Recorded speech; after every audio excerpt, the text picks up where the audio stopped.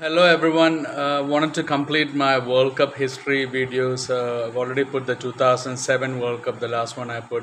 I want to put the 2011 World Cup now, the World Cup that India won, and it was held in India, Sri Lanka, and Bangladesh. It was also supposed to be held in Pakistan, but due to security reasons, it was changed. It was the first time that a host team was winning the World Cup. I mean, a team winning World Cup on home soil.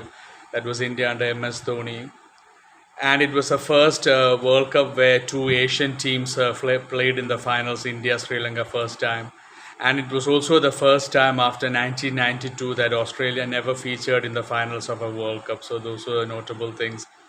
And there were 14 teams in the World Cup, and it was divided into two groups. And just like the 1996 World Cup, this time it was four quarterfinals. The only second time it has happened in World Cup history, instead of the normal straight semifinals or the Super Sixes that happened in '99 and 2003, even later on. But this time there was a quarterfinals. Some notable anyway before that, the player of the tournament was Yuvraj Singh of India. He had an amazing tournament with bat and ball, no doubt, no surprises there. I mean, that Yuvraj Singh was a player of the tournament. I mean, without him India wouldn't have won that World Cup. And the highest run scorer of the World Cup was Tilakaratne Dilshan of Sri Lanka with exactly 500 runs. And the top wicket taker in again another World Cup, that was locked between two, Zahir Khan and Shahid Afridi, both getting 21 wickets. It also happened in the '99 World Cup where two bowlers were on the same total of wickets. So again it happening. And the group stages, South Africa surprisingly top Group B, and Pakistan top Group A. So Pakistan and South Africa were the group toppers in this World Cup. And a very important match, the strange match that happened was that Pakistan beat Sri Lanka by just 11 runs in a World Cup match, group match, and Shahid Afridi, who was bowling really well, got 4 wickets in that match. And in another match, surprising result, New Zealand beat Pakistan by I think 100 something runs. New Zealand batting first got around 302. Ross Taylor got a big 132 not out, I think. And New Zealand did beat Pakistan. That was totally unexpected in that World Cup. And I've mentioned about that England-India tie where Tendulkar got 120 and India posted a big total 320 odd. And Andrew Strauss batting second got 158, big innings, and the match was tied. So that was a closest thriller match of the World Cup. And South Africa did beat India in one of the matches I mentioned in one of my videos where Tendulkar and Sehwag was going big guns in the first 10 overs or so, and Tendulkar getting a big 100. But India losing its way in the last 10, 12 overs, losing so many wickets for just nothing runs. Dale Steyn getting 5 runs, and so South Africa a few 50s, and South Africa hanging on and then beating India. India only losing to South Africa in that World Cup match. And England, after tying with India, I mean, England lost to Ireland. It's a notable match. Batting first, England got 327, I think. And batting second, Ireland won by just 3 wickets. And Kevin O'Brien, the Irish good batsman, he got 113 runs. So that was a big day for Ireland, beating England. And the group stages went into the knockouts. And the knockouts, it was the first match. It was Pakistan beat West Indies very comfortably in the quarterfinals. And then India Australia was a close match. India winning by 5 wickets. Yuvraj Singh was the man of the match. He took 2 wickets in that match, and he also scored 57 runs. I mean, chasing 260, India were 183 for 5, I think, and there was a spot of bother, and Australia were right in the match. But Yuvraj Singh and Suresh Raina, who scored 34, both putting up a very good partnership, unbeaten partnership, and India beating Australia by 5 wickets. And New Zealand beat South Africa in another quarterfinals. I've mentioned it in one of the videos as well. South Africa chasing not a big total. Looked like South Africa were on course, but South Africa kind of losing way.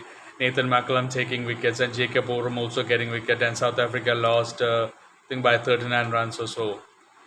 New Zealand winning comfortably towards the end. It was a close match. And then England against Sri Lanka. Sri Lanka had a 10 wicket victory over England in the quarterfinals. Batting second, and Sri Lanka scored 231 runs without a loss of wicket. Ubul Taranka, the opener, getting 100, and Tilakaratne Dilshan, who was in excellent form in the World Cup, getting 100 as well. So unbeaten partnership there, winning by 10 wickets against England. And the semi-final was India, Pakistan, and Sri Lanka, New Zealand. Sri Lanka, New Zealand match.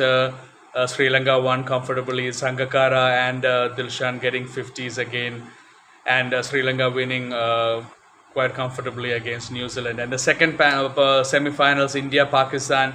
India batting first, scored around 260 odd, and Sachin Tendulkar, who was also in very good form in that World Cup, scoring 85 runs.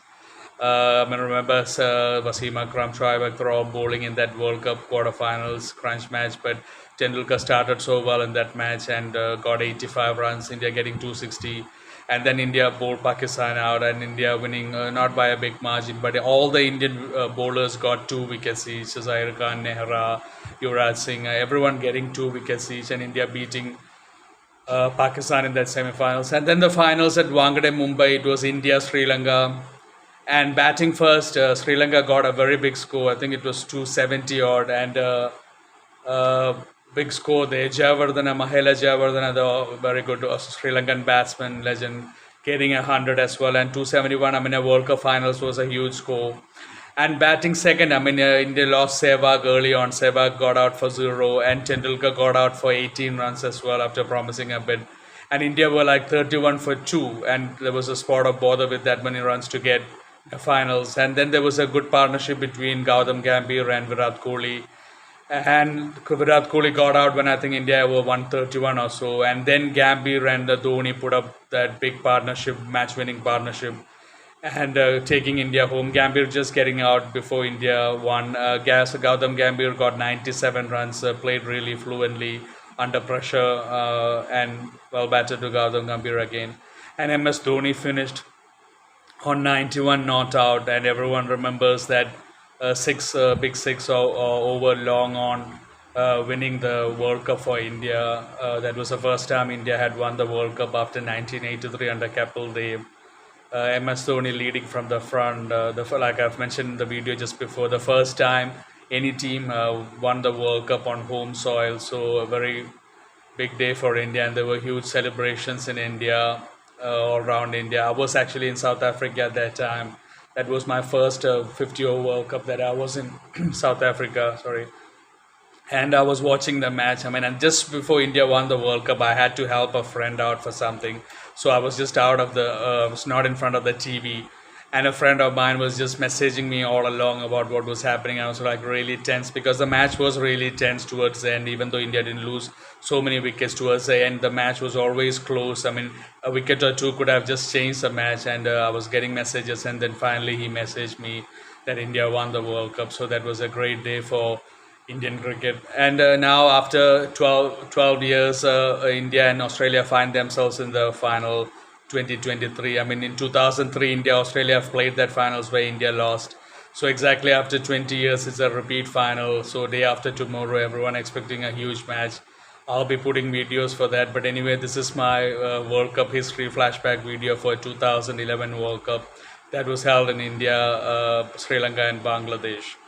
I hope you enjoyed this video, and I hope you relived some of the moments that you definitely remember from the 2011 World Cup. Anyway, take care. God bless you.